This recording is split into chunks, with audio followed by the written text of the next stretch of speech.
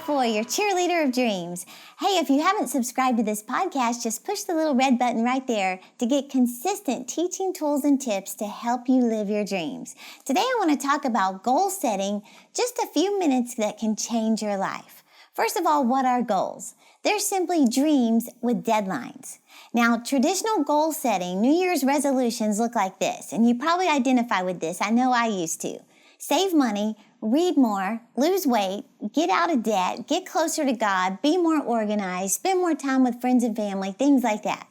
In fact, the average person makes the exact same New Year's goals 10 times without success. Well, if you want to live your dreams, you have to become a lifelong goal setter.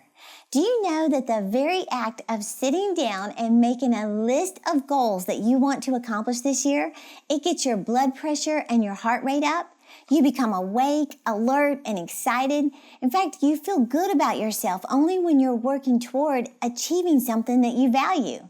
And I'm convinced that this act alone has caused me to go from being in a rut, living paycheck to paycheck, marriage falling apart, body out of shape, etc., to my marriage restored, healthy and full of energy, writing books, doing what I'm doing today, basically.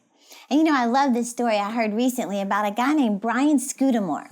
Now listen to this story. I think it's amazing. This is just a summary real quick of what he shared. In 1997, he said he had a business of hauling off junk and getting paid for it. One day, he got away alone to just think. Those are the key words. To think about his vision, his dream, his goals. Instead of just letting life just keep going by, year after year, he just got away and thought. And he said he'd actually started comparing himself to other people and he didn't feel good enough.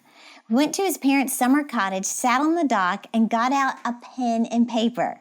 And this is what he asked himself. What if I could dream up possibility? What could this business look like 5 years down the road? Well, then he began to write. We will be in the top 30 metros in North America. He said at the time we were only in one. We will be the FedEx of junk removal. Clean, shiny trucks, friendly, uniformed drivers. He said he just started writing, BHAGs, big, hairy, audacious goals for his company. We will be like the McDonald's of junk, just like Ray Kroc did. Well, once he made his vision clear, ideas began to emerge. He started brainstorming, and it was right during the got milk phase, so he ran with that. He started a company called 1-800-GOT-JUNK. This became his new business name. I'm sure you've heard of this. Through a series of events, it didn't happen overnight. He did 53 franchise deals that 1 year. Today, they're in every major metro in the USA, Canada, and Australia. Now listen to this. He has made $250 million in revenue hauling off junk. What am I saying? When the vision is clear, the results will appear. I really kicked it up a notch in my personal life in 2012 when I practiced what Brian Tracy teaches on goal setting. Number one, you get a notebook. You project forward to December 31st of this year and you write your top 10 goals. Now here's another key. You do this for the next 30 days. Every day for 30 days, you write your goals down. And here's another little kick. Without looking back to what you wrote the day before. In other words, do you remember all 10? If you don't, that's okay. Just write the ones that you remember. After 30 days, after doing that, it's going to become so ingrained in you. And then after that, you look at them, you pray over them, you declare them out loud. When I started doing that, that was the year they began happening. I'm talking one by one, just checking them off. Now, I can't imagine starting a year without goals. Well, I want you to do the same thing. Number one, get a notebook and just think like Brian Scudamore did. He got away and just thought. Don't be so busy that you never truly think about what you want to accomplish. Number two is set 7 to 10 goals this year. Research supports that 7 to 10 goals is the best place to stay. You've heard that phrase, man who chases 2 rabbits catches neither, right? And you must write your goals down.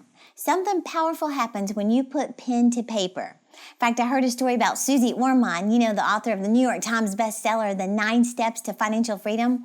She said years ago she had a job at Merrill Lynch in her early, career days, and she was so afraid that she wouldn't be able to meet her sales quota for the company.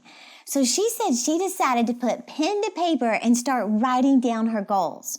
She said she created what she wanted for herself first on paper.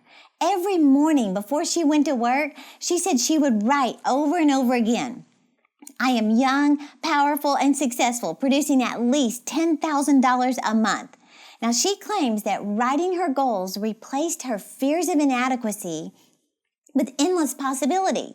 And of course, she has far surpassed that target. Well, you think about it, even in the Bible, 3 powerful words that Jesus used to defeat the devil, he said, it is written.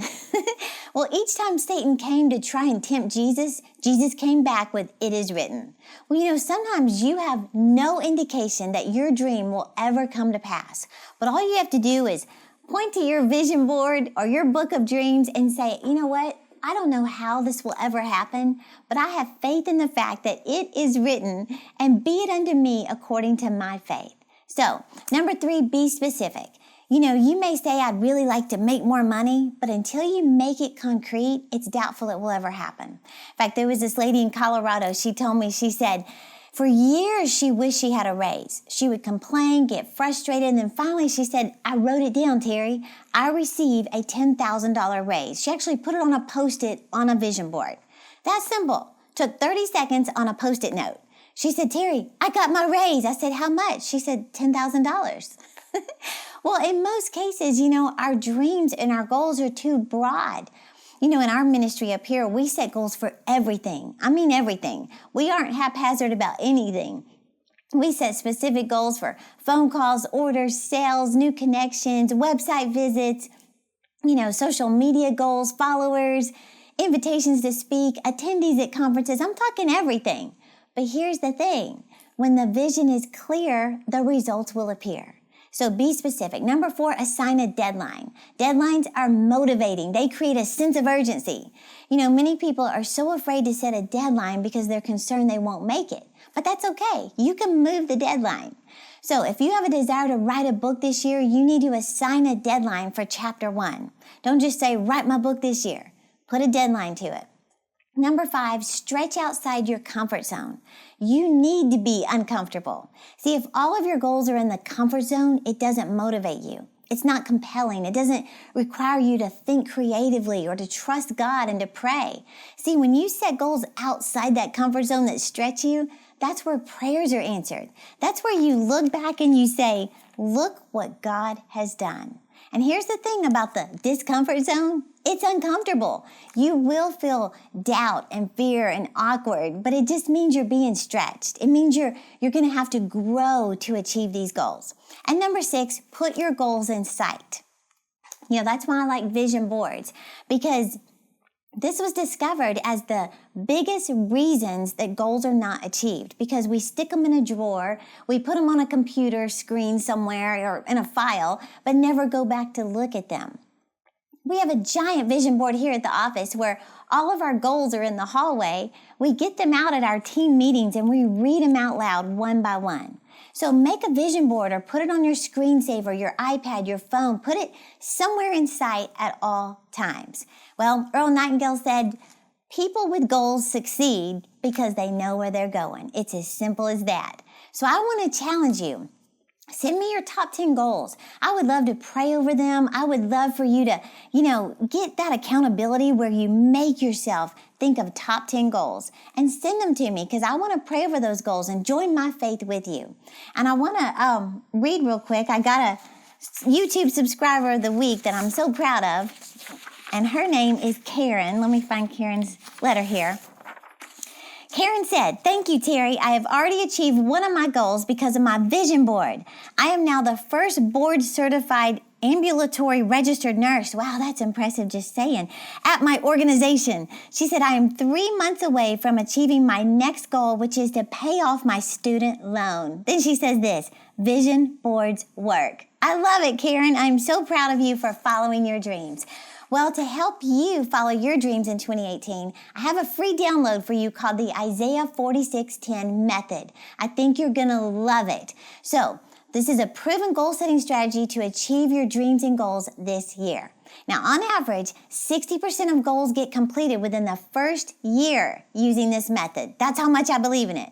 So for more consistent motivation, follow me on Instagram, Facebook, Twitter, and Pinterest. Find my handles below or click the red subscribe button right down there for weekly videos to make this your best year yet. So be sure to follow us and subscribe, and I look so forward to seeing you next week. The next conference is right around the corner. It's the #1 success training conference based on God's Word to help leaders grow. Join us on the lake in Rockwall, Texas, January 26 and 27 for 2 days of insight that will take your business, personal life, and ministry to the next level. My special guest is Keith Craft. He's a pastor and a success coach who's worked with Zig Ziglar, George Bush Sr., Les Brown, and former New York Mayor Rudy Giuliani. He'll teach you how to elevate your thinking so you can elevate your life. If you're ready to go to the next level, this is a weekend vital to your growth.